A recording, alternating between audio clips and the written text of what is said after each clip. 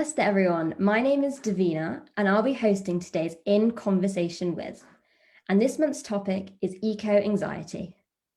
So using our In Conversation With platform, we will be highlighting the work of climate activists, organisations and sampradaya here in the UK. We hope that through showcasing these community members, more and people will feel inspired to join in fighting this important cause. We want to create conversation and dialogue about the climate crisis within our community.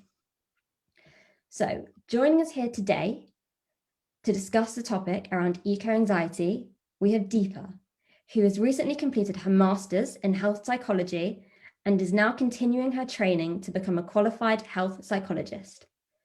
She is currently working as a public health officer for Newham Council, supporting various related projects, including developing mental health workshops tailored to various ethnic communities and research into the COVID-19 vaccination uptake. Her passion project, Think Deepa, was created to help increase awareness and start conversation about mental and physical health and well-being. So thank you very much, Deepa, for joining us today. Thank you for having me. So I think a really good place to start is really thinking about kind of defining eco-anxiety for people who haven't heard of it before or have heard about it but would like to know more about the actual definition. So for me, and what I think the definition of eco-anxiety is really this idea of uncertainty about the future, not knowing what is going to happen to the structure of our environment, and as we continue to release carbon into the atmosphere, how this is going to change the natural course of nature. Deepa, would you like to expand on this? Am I on the right tracks? Absolutely, yeah. So the actual definition of eco-anxiety is a constant fear or worry about the future of the earth and everything living within it. And it involves symptoms that go beyond those experienced with normal anxiety. So this can be increased sense of hopelessness about the changes in the Earth's environment, anger, frustration towards those who may not acknowledge climate change. And there's a concept called fatalistic thinking, which is where you're constantly dwelling upon the impending doom, or kind of thinking the world's going to end. That's a big source of where the anxiety stems from. Other symptoms include guilt and shame at your own environmental footprint, obsessive thoughts about the climate, which can impact your daily functioning and can be quite intrusive as well.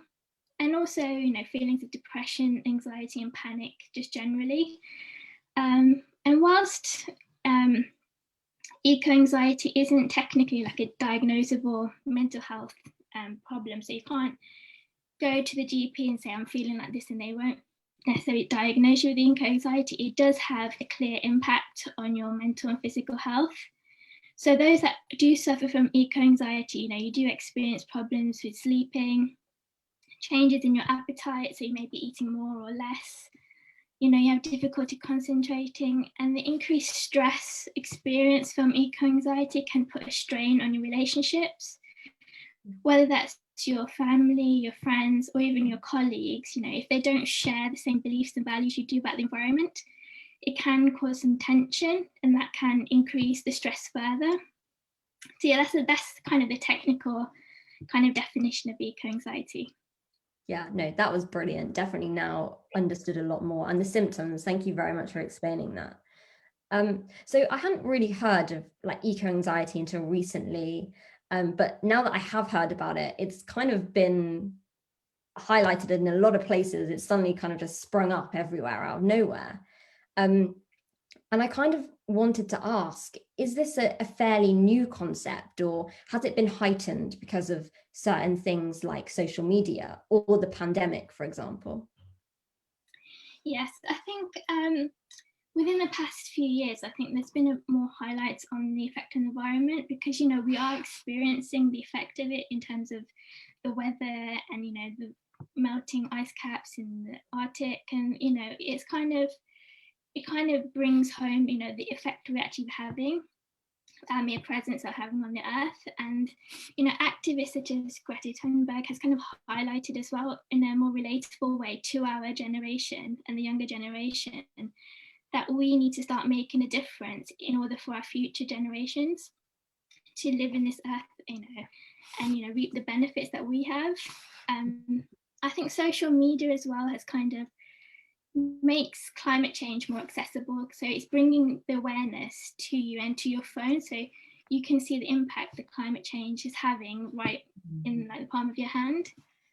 And obviously the pandemic has also, you know, has a huge effect on our mental health. And I think being in lockdown and kind of being confined to your own house and, you know, being alone with your thoughts, you really do reflect on what you've been living like, your kind of experiences, your, you know, your actions and the effects they have. And it really has kind of heightened our awareness of the impact we're having on the climate, and kind of, you know, addressing the need or kind of increasing our responsibility to actually make a change. Yeah, definitely. And just something you touched upon there about like social media and how it's more accessible. I mean, would you agree that there's actually quite a lot of like fake news out there now and kind of miscommunication of science and facts and figures, and, you know, that hysteria that it causes, does that have an effect on mental health as well? Yeah, absolutely. I think you could see in the news, like, for example, when, you know, Trump kind of pulled out the climate change agreement and kind of dismissing climate change as a thing in total, it kind of, you know, it creates this kind of tension. And in the world that we're living in right now, you know, we are easily, I would say manipulated, but influenced by key public figures. Yeah. And when they hold so much power over society and they're saying one thing, it's very easy to kind of be like, oh, okay, maybe this person's right. And it kind of creates this tension. And that's the kind of, you know, we've seen it in the past year, like it creates a lot of social unrest, and, you know, it creates tension, but it also drives for change as well. Yeah, I agree with that. I think, yeah, Trump was a really good example, looking at like how the US and now were kind of but through the media, how it was being portrayed that they were dealing with climate change. A lot of people might have been slightly shocked by it and might have kind of stemmed some anxiety from within them. So yeah, really good point there. So in terms of kind of eco-anxiety, could you kind of briefly tell me how it kind of relates to the Hindu aspect? As Hindus, how does this tie in for us to need to do good? Sure. So I have to say that I have no experience. I'm not like a Hindu scholar, other than my 2 years of learning coordinator at Hindu Soc. So yeah, so apologies if I do say anything that may not be true. But the main thing is, as Hindus, we believe in dharma, which is our duty on earth. And part of that duty is to care for environment, you know, and that includes both our immediate environment, so where we live and the people we surround ourselves with, but also the global environment, which is the earth itself. And, you know, like the world doesn't belong to us, you know, in a simple analogy, like we're just tenants on this earth. We have a very limited time. And like, you know, how you would rent out a flat, you're not going to return that flat in a worse condition than when you received it. You know, you want your security deposit back. You know what I mean? You're going to do everything you can to kind of maintain it and even leave it in a better place than when you had it. Yeah. And similarly, we need to relate that back to the earth that we're living in and make sure that we preserve it and protect it for future generations. So that, you know, it's our duty as Hindus to, you know, protect our environment. Similarly, you know, we refer to the earth as like goddess. We call it Mataji, right? It's this divine energy that enables life to grow.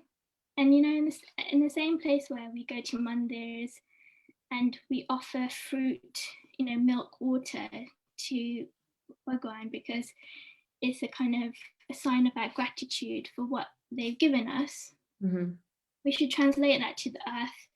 The earth has provided us with shelter, food, life itself. So we should show our gratitude by preserving it, protecting it, making sure that we do whatever we can to kind of prolong its life in the future. Yeah, definitely agree. And actually, I think a really good point that you touched upon there was kind of offering food and water when we do our prayers, our puja. During a lot of our pujas, we only offer elements, so water, food, flowers. And again, it's kind of really emphasizing this whole idea of how important these elements are within our culture, within our religion. And I also really liked the flat analogy. I'm definitely going to be taking that on.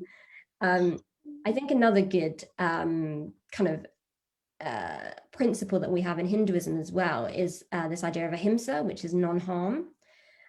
So it's more to do with non-harm to ourselves, to the environment, to our friends, to our family, to people around us, kind of internally cleansing ourselves, but also cleansing people around us in terms of kind of like purity and just non-violence and non-harm. And I think with principles like Ahimsa, like Dharma that you mentioned, sometimes these additional principles that Hindus are thinking about might actually increase anxiety potentially, because we've got that kind of like internal moral compass inside us. So for people who are kind of feeling stressed out, and for people who are feeling the burdens of climate change increasing as the news is continuously overbearing sometimes, and you go on social media and all it is about climate change sometimes, do you have any kind of good tips for how people can minimize their stress in the current world that we're living in? Sure. So one psychological principle called cognitive dissonance. I won't go too much into it, but the basics is anxiety and stress stems from when our actions aren't in line with our beliefs and values. And I think that's quite prevalent today, because the jobs that we have don't necessarily align with our values and thoughts, but we have to do that to earn a living. And you might want to preserve the environment, but then if you're working for a company that invests in fossil fuels or isn't that environmentally friendly, it can cause a lot of stress. So excuse me. So the main thing to begin with is to acknowledge and accept that you can't control the mindsets and behaviors of other people. You can only control your own actions. And by accepting that, it kind of releases the kind of ties the anxiety has on you, and you can kind of get back in control of your thoughts and your actions and reduce your stress a little. So then by taking control of your own actions, you yourself can take simple steps to kind of reduce your own environmental impact. And like by recycling or adopting a more green or sustainable lifestyle, it helps you reduce your anxiety, because your behavior is starting to align with your values, and you kind of build your kind of sense of self a bit more, and it's more fulfilling.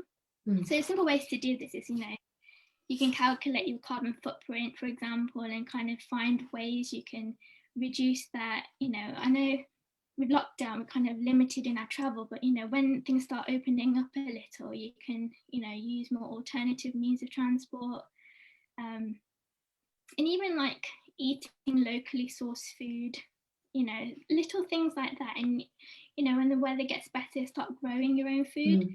Little steps like that can actually help make a difference and reduce your anxiety, because you're actually doing something and you feel like you're contributing to a better environment.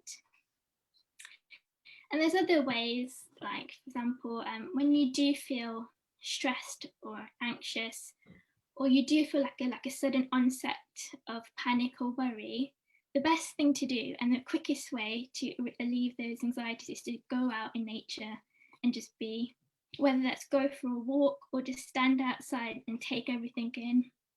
being in, we are part of nature. We are going to end up back in the soil. It's like a cycle. So when we're actually out in nature, you become grounded.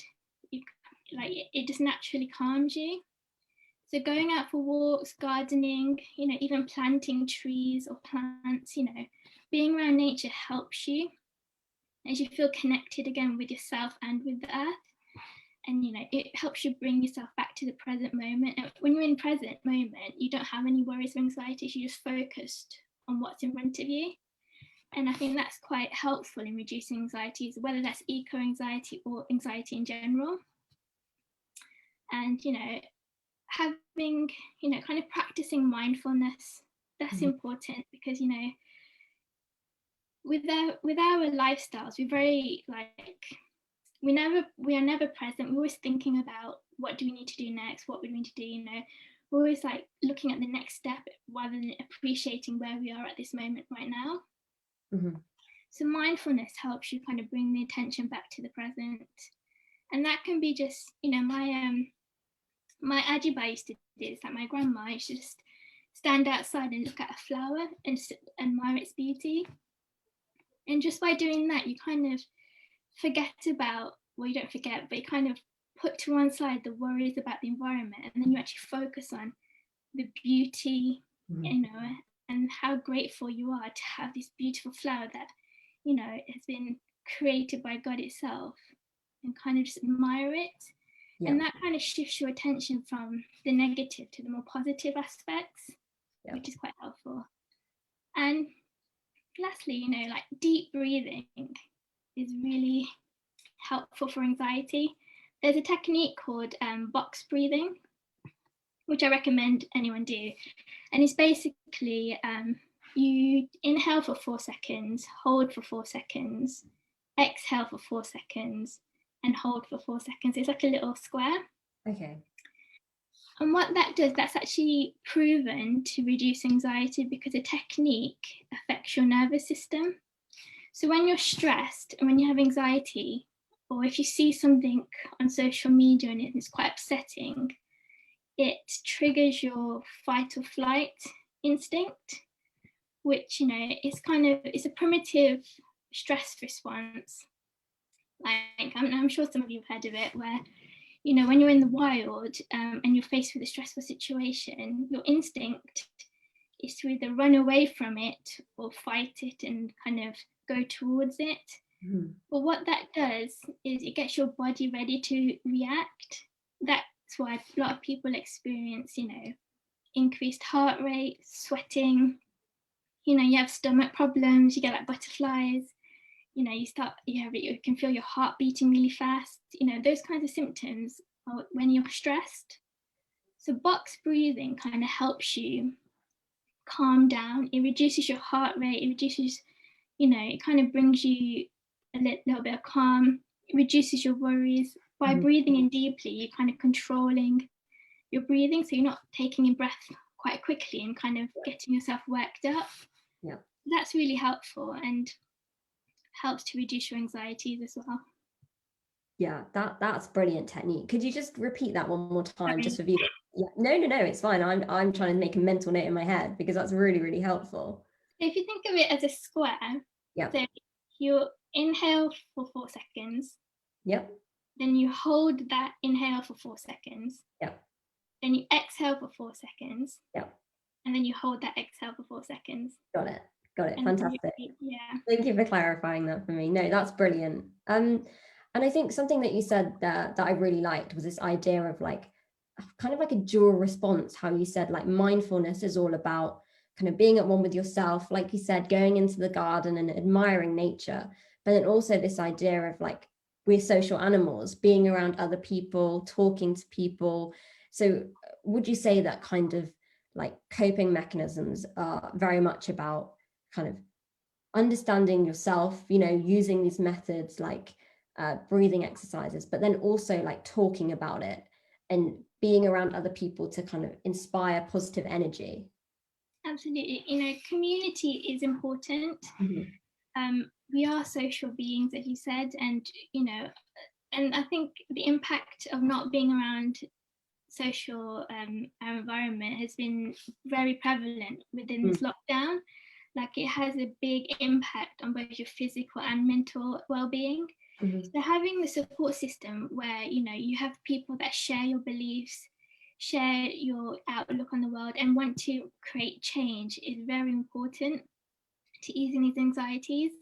And, you know, and it also kind of gives you that comfort that you're not alone in this kind of journey and this kind of mission to help, you know, save the climate. And I think, you know, when things do start opening up a bit, it's, you know, it's good to have the support and it's good to kind of get together and make change, whether that's, you know, you go to your local like councils or communities and you go around planting trees, or you kind of just raising awareness, whether that's to your own like friends and family or, you know, the wider community. I think it helps to be surrounded by like-minded people.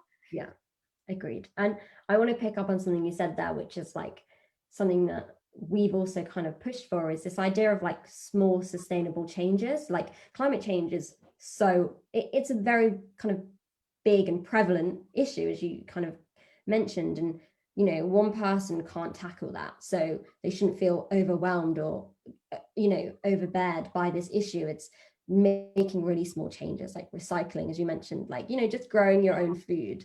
That kind of starting small will definitely, as you said, like kind of reduce anxiety too. So yeah, really, really helpful. Thank you for clarifying that. So I just kind of want to now move on to some audience questions, if that's okay. So one of the questions is, how can people tackle social media's influence on anxiety? So the best way to do it is to control what you see. And whilst it may not seem that you can control social media, you can control what profiles you follow, you know, and that, you know, we all know the social algorithm is that, you know, whatever you respond to is what you'll see more of.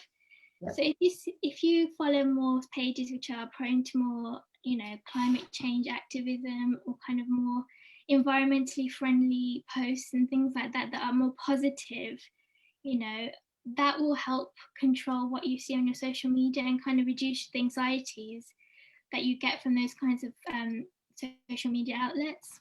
Yeah, agreed. And I think on that, you know, tailoring our social media to not making it too much, but also, you know, we live such a busy and hectic life. Sometimes it's good to just take a social media break. You know, would you agree? Yeah, I think, you know, this pandemic is kind of, it's been good and bad in the sense that we've just been, our only form of contact is technology. Like you're constantly either on Zoom, on your laptop, on your phone, and it's very hard to take a break from that because that means you're just cut off from the outside world. But I mean, I think the best way to do it is just set time. So if you're working or you're studying, kind of try to discipline yourself where that you don't look at your phone constantly throughout the day, and you set some time like you would if you want to watch a film or something. Set a couple of hours in the evening and kind of just look at your social media, you know, catch up on friends, catch up on family, just connect with people in that certain allotted time, and then put it away, because, you know, it's very overwhelming getting bombarded with a lot of mixed messages all the time. So, you know, control your social media outlet, and then if you can have like days on the weekend where you just absolutely detox from it. It's quite healthy just to be away from that kind of you know, devices sometimes. Yeah, no, fantastic. Yeah, again, completely agree. Sometimes it's really good for, like you said, like our mental health, just to stay away from our devices, even if it's for like a couple of hours. Sometimes it does, you know, the internet is great, again, as you said, like there's only so many pros, but there are also so many cons, so it's just getting that balance. Okay, another question that's come in. This is paradox with social media. Sorry. It's okay. Where it's either you either get bombarded with, oh, the world's going to end, look at the environment, blah blah blah, but then you also get messages saying you should be positive all the time, you should think like this, you should think like that, and that in itself is quite toxic. You know, being told that you should be happy all the time is toxic as seeing, all the negative views, because you kind of feel bad. Okay, if I'm not feeling positive, then there's something wrong with me. And, if I'm not doing something to help the environment, then I'm a bad person. And, that kind of messaging is toxic. So you do need to take a step back sometimes. Yeah, 100%. So another kind of really interesting question that's come up is, in the Western world, we see a massive use of medicine to combat anxiety. So do you agree with using medicine, or should it be kind of coupled with habits like mindfulness and yoga? I know you have already touched upon the mindfulness aspect of it, but what are your thoughts on this? So from a psychology point of view, so the medication aspect for mental health kind of covers 30% of the treatment, and the rest, the 70%, is more lifestyle changes and using talking therapies and more alternative means. The medicine simply gives a short-term relief. So it kind of helps calm the worry, calm the stress, calm the like brain fog you get when you experience, stress and anxiety and depression to some extent. Mm. So when you have the medication, it kind of gives you a little bit of clarity and allows you the space to think a bit more clearly. And when you're in that space, then you can make actual conscious decisions to make lifestyle changes, or to seek out therapy, or to do some productive changes within your life to help combat and kind of control those anxieties and worries. Like I'm not gonna say that taking medication is bad or good. Like, it is what it is. Same with all medication. Sometimes you just have to do it for your own health and well-being. But it's important to take those proactive steps now. If you do feel like you're getting worked up or anxious about the environment and what you see on your social media, there's a lot of resources out there which are free that you can do to help manage those anxieties. Like I mentioned, like simply going for a walk can be so beneficial to relieve your stresses. But I think, in a Western world, we do place more, more kind of, what's the word, kind of importance on Western medication. So it is kind of, we just need to like evaluate what's good for you. Everyone's different. So what works well for you, and kind of take active steps to kind of basically you just got to figure out what works for you. And maybe that's medication, or maybe that's going for a walk, and maybe that's doing mindfulness or yoga. Yeah. You just got to have fun with it. Yeah. So in a sense, what you've kind of said is it is really kind of, again, balancing between the two, but also knowing what works for you. Yeah. Yeah, 100%. We've got some really nice comments actually from the comment section. So thank you for people for writing them. And I just wanted to read two of them out because I really do like them. So it's, the world belongs to us. We are just tenants. We need to give it back in a better place than when we resided onto. So, very similar to what you said. I think people are really liking this, this like renting aspect of the flat that you mentioned. Like I said, I'm definitely going to be using that one. And another person has mentioned, service is a rent we pay for the privilege of living on this earth. This aligns to Hindu philosophy of seva. So again, thank you for them comments. Really, really, really nice. I think in terms of questions, that is all for today. So I would like to thank Deepa massively. Thank you so much for coming on today and joining us and speaking about your knowledge, your experience within eco-anxiety. And you've given us a lot of really, really great tips for people who are struggling, but also just kind of greater clarity on the issue. As we know, climate change is prevailing. And it's really great to know that don't feel alone, don't feel overwhelmed, because, we're all in this together kind of thing. So do you have any kind of last thoughts for us, Deepa? Yeah, I would say if anyone is suffering from eco-anxiety, the best way to think of it is just take one day at a time. You don't have control over what tomorrow brings. Just focus at what you have in hand right now and be grateful about, the world that we have, the sun shining, started to be spring again, thankfully. Just enjoy what you can. And you are doing what you can to make changes. So always acknowledge that, what, you are doing the best that you can. And don't worry about, the impact of the climate change, because, we don't have control over it. Like I said, it's a greater issue farther than our own generation and our lifetime maybe, but you can control what you do today. So even if it is today, you just go out, even plant a tree, or, just go and appreciate the environment that you're living in. And then that will help bring a bit more presence and be mindfulness of, we're surrounded by beauty every day. So just kind of remind yourself of that. Yeah, 100%. Beautiful words. Thank you so much. So we'll be posting this on YouTube early next week. So for viewers who are unable to join, it will be there. So, or if you want to go back and replay this video, if there's certain ideas and tips that you want to take away, then please do find this video on YouTube afterwards. If anyone has any further questions, please do pop them into the comments in the live, and we're happy to answer them after the talk and get back to you. So once again, I'd like to say a huge thank you for Deepa for joining, and thank you for everyone else for listening in today. Hope you have a lovely rest of the day. Namaste.